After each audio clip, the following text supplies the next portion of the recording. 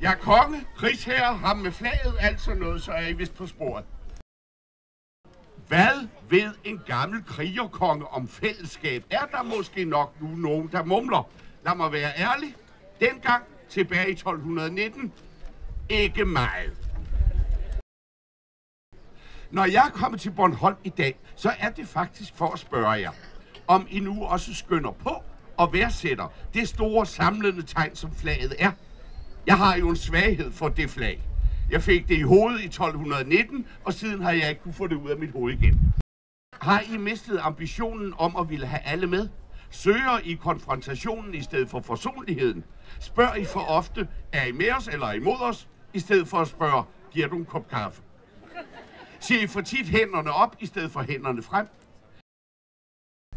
Det er i dag flagets dag, og danernes fane skal være alle danskers fane.